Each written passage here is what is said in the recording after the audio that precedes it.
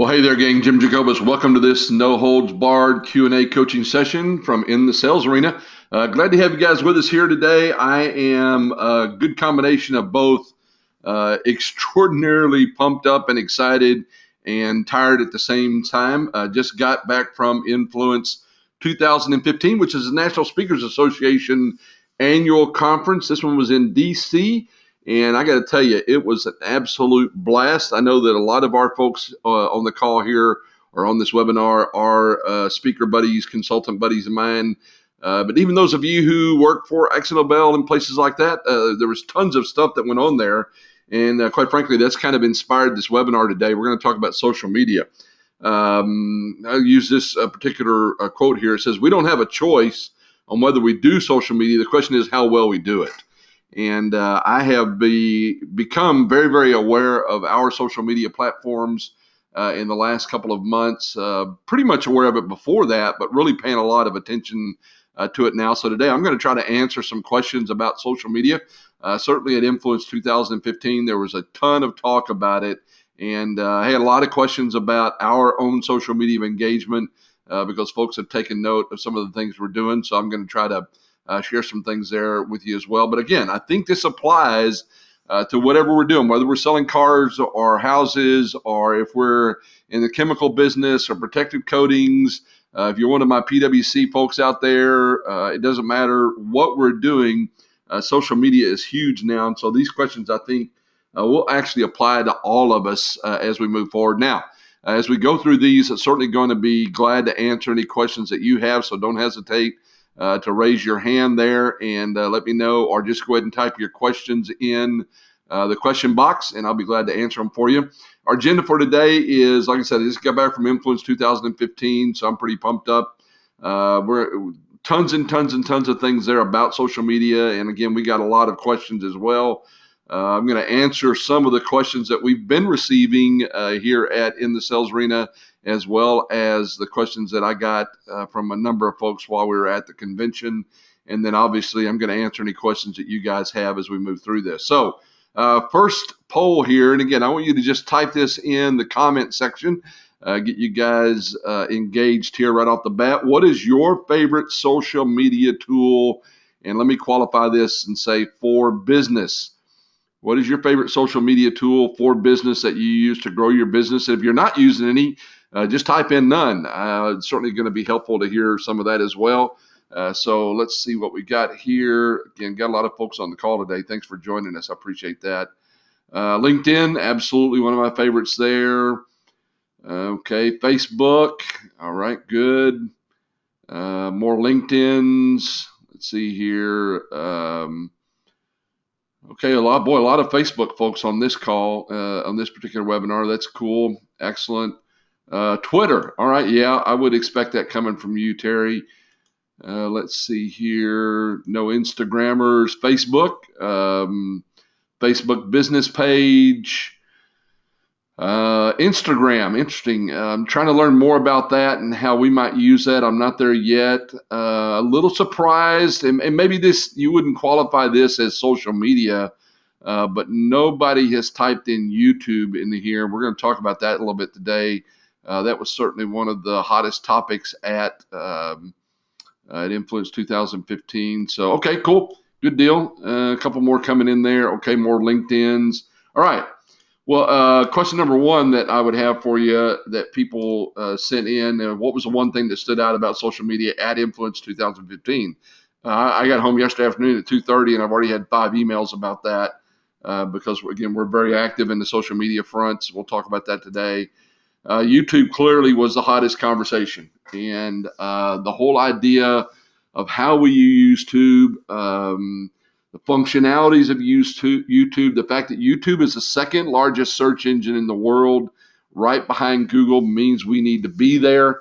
And literally in the middle of Owen Hemseth's presentation on using YouTube, I texted our guys at Podcast Movement who produce all of our podcasts and handle our social media for us.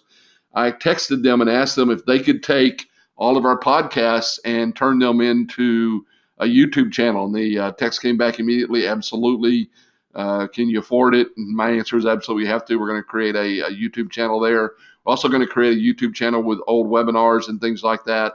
And I simply say that because whatever business we're in out there, video is really king and is going to be king, I think, for a number of years to come. Now, how that evolves is going to be interesting to watch. These things always start off hot and then they evolve. I don't think video's going away.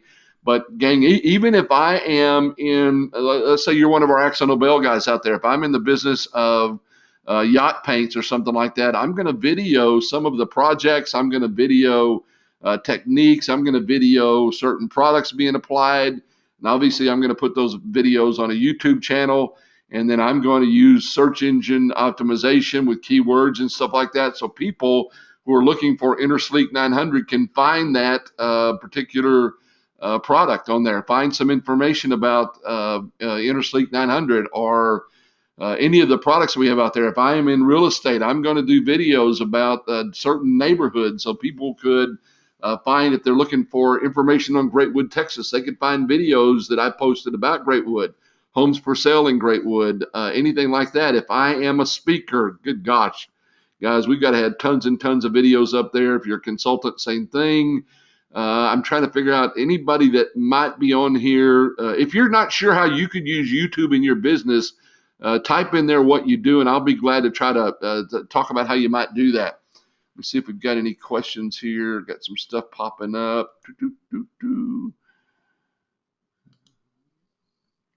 Okay, Axel Nobel already does use YouTube videos. Absolutely. Not surprised at that. Thanks, Charmaine.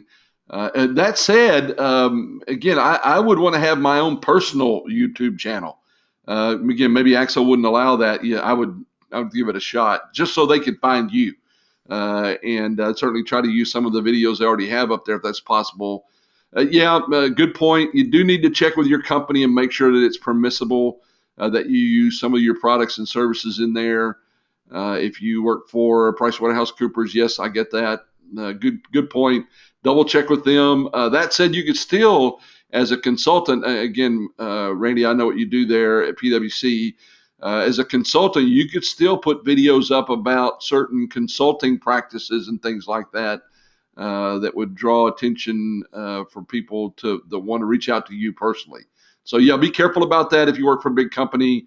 That said, we want to take advantage of this, and like let's say, you'll see a lot coming out of us here in the near future on YouTube, and we're going to be creating some new YouTube channels and things like that to take advantage of that search engine capability. All right, so let's see here. Question number 2. I actually forgot what I put down here now. So your social media, oh yeah, that's right. Your social media engagement is clearly intensified. How are you doing it?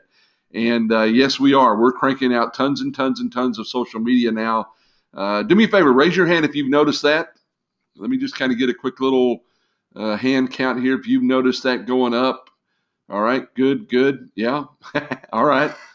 I'm glad to hear that. Let me just kind of back up a second. I think I shared with many of you guys that we have picked up a brand new client, and this may be one of the largest projects we've ever done. I'm having a blast with it, really enjoying it, and great client over at Keller Williams. It has taken 4 days a week of my time right now as we are getting this thing up and running. Well, that puts a lot of pressure on the 1 day a week that I'm in the office, which is today on Thursdays when we do our webinars. So it became really, really obvious that we were going to struggle to produce some of our work, including the podcast, as a matter of fact. And you may or may not know this, but my wife and I do another podcast for pre-married. So we have 2 podcasts going on. We've got 4 Facebook pages, 4 Twitter accounts. LinkedIn and all that kind. We've got tons and tons of social media. So we turned all of our production work over to a company called Podcast Team, and they've done a great job of taking over our podcast. But part of what they've done is taken over all of our social media engagement as well.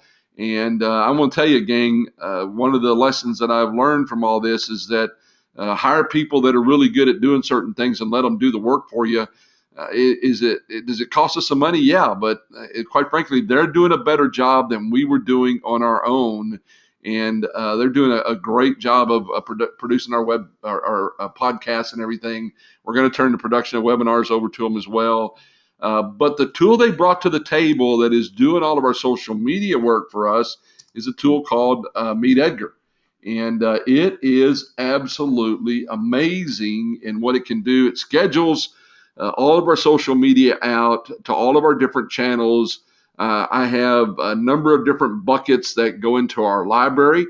Those buckets are inspirational, funny quotes, blogs. I have maybe 6 or 7 different blogs that I follow that those feeds are in there, and so they're constantly pulling from those blogs and everything. And again, if I'm with somebody like Axel Nobel, or I'm with somebody like Keller Williams, if I'm in real estate, if I'm in Mercedes-Benz, you can go and find these blogs that are pertinent to your particular business, and make sure that you're repurposing great content from other content providers. There are a number of people in every one of our businesses that create great content, and we pull from their blogs and everything, as you could as well. We would encourage you to do that. Meet Edgar makes it really, really easy. And I would tell you this, that our particular our Twitter accounts have probably increased 5 times growth on a weekly basis than we were doing it ourselves. I mean, it's just absolutely exploding. More and more followers there, more and more followers on LinkedIn, more and more engagement on Facebook because we're using Meet Edgar. So if you've not checked out that tool and you want something that's very inexpensive, the key is, and why it's done such a great job for us, is it consistently pushes out a broad variety of content, including our own, and it does it on a consistent basis because we schedule it. And I'll talk here in just a minute about how often I think you ought to schedule in stuff going out. So again, great tool for us. We've had a blast with it, and it's growing our business for us. So we're really pleased that we have this tool on board and having some fun with it. Question number 3 today. I sell industrial strength chemicals. Where do you think I need to be when it comes to social media? I would be on LinkedIn and I would be on YouTube. And again, the whole idea on LinkedIn is to create a great professional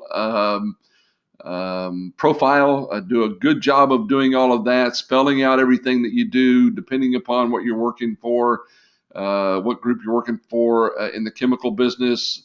If you're working for Axel Nobel, same thing. If you're working for PricewaterhouseCoopers, same thing.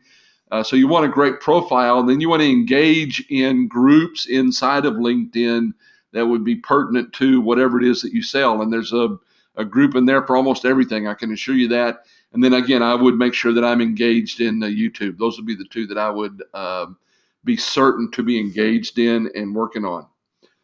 All right, any questions real quick? Let me see if anybody's got any questions there. Just type them in the little question box.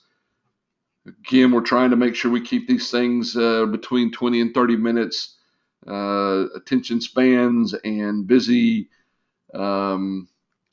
salespeople out there, we want to make sure that we make these bite-sized so that you can dig into them. Okay, no questions? All right, we'll move on. Question number 4. I sell real estate. Where do you think I need to be when it comes to social media?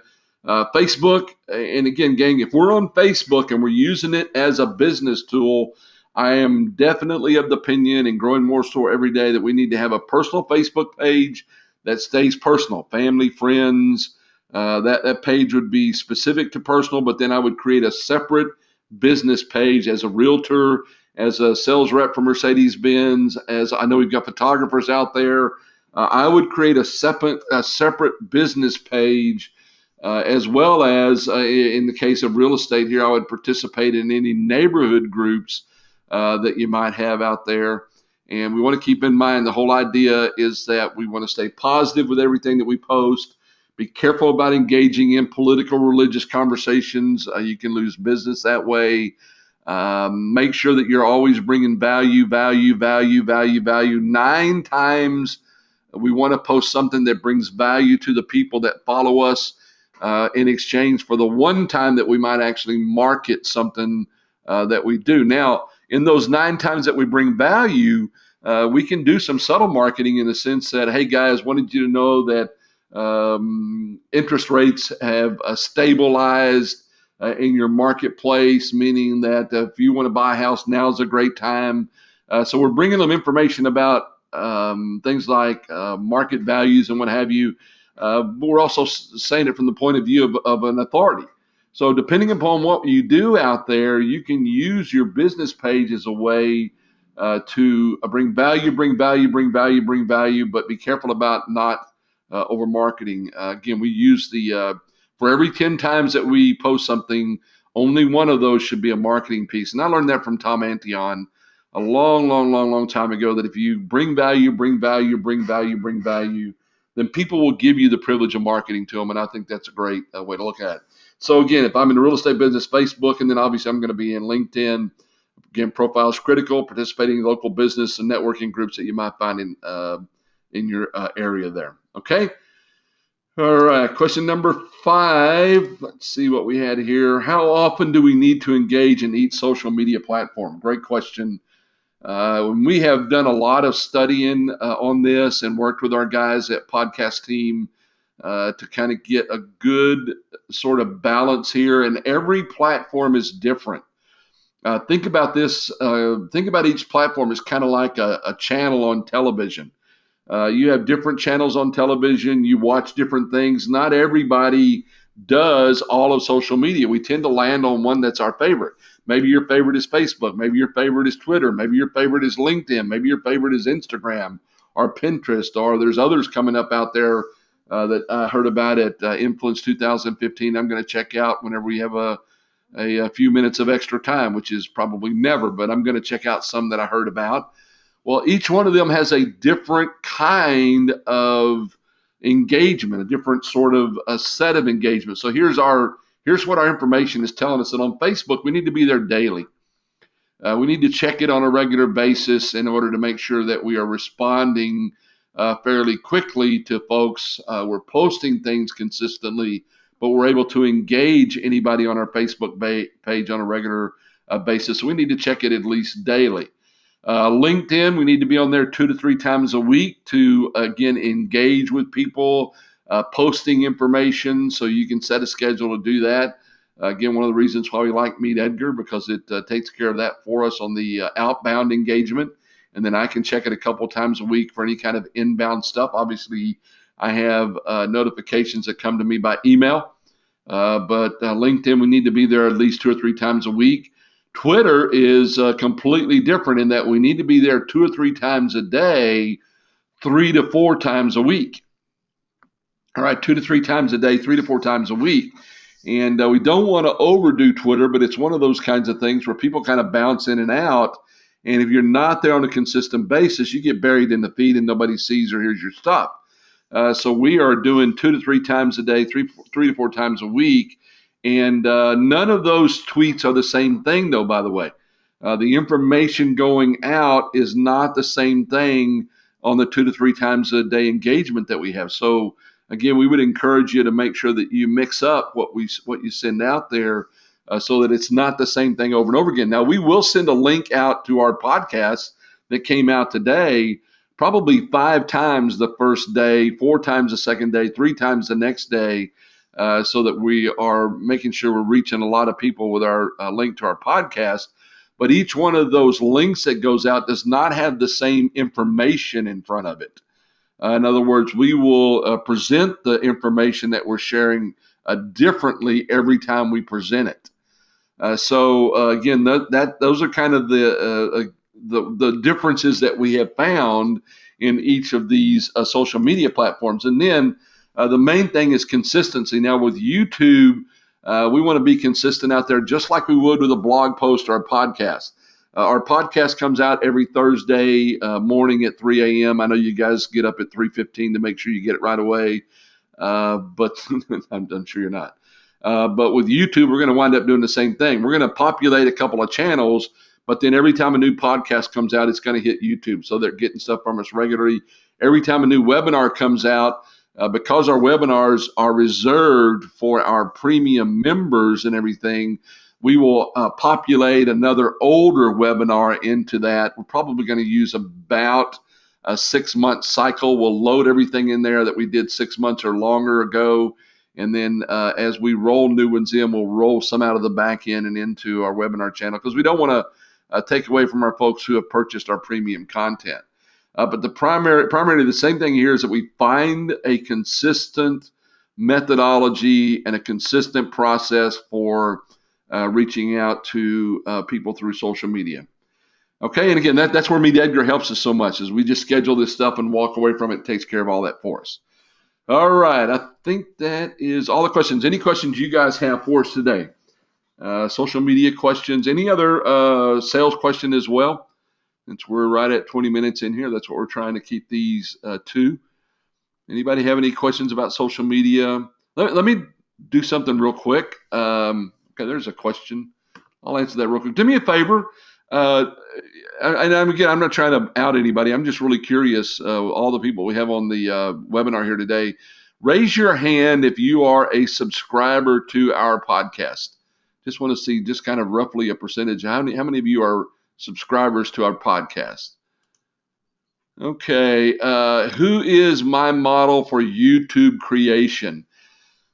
Boy, Don, that's a good question out there. I saw two people this week that I really like. Owen Hemsath, Hemsath is a real guru there, very, very active in YouTube. And then Frank Furness, Furness. They're both great models, but I will tell you that for what we do, I don't think they're channels look the way I want ours to look. Now they tend to be, I don't know how to put it. I want ours to look a little cleaner, but I don't want them to look overproduced.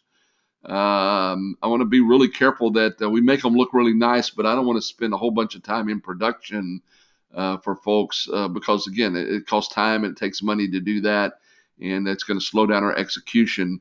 But I like those two. I like Tom Antion's YouTube channel. He does a really good job there. Again, not the look I'm looking for, but if you want to see somebody that delivers tons of value, Tom Antion is a great example of that.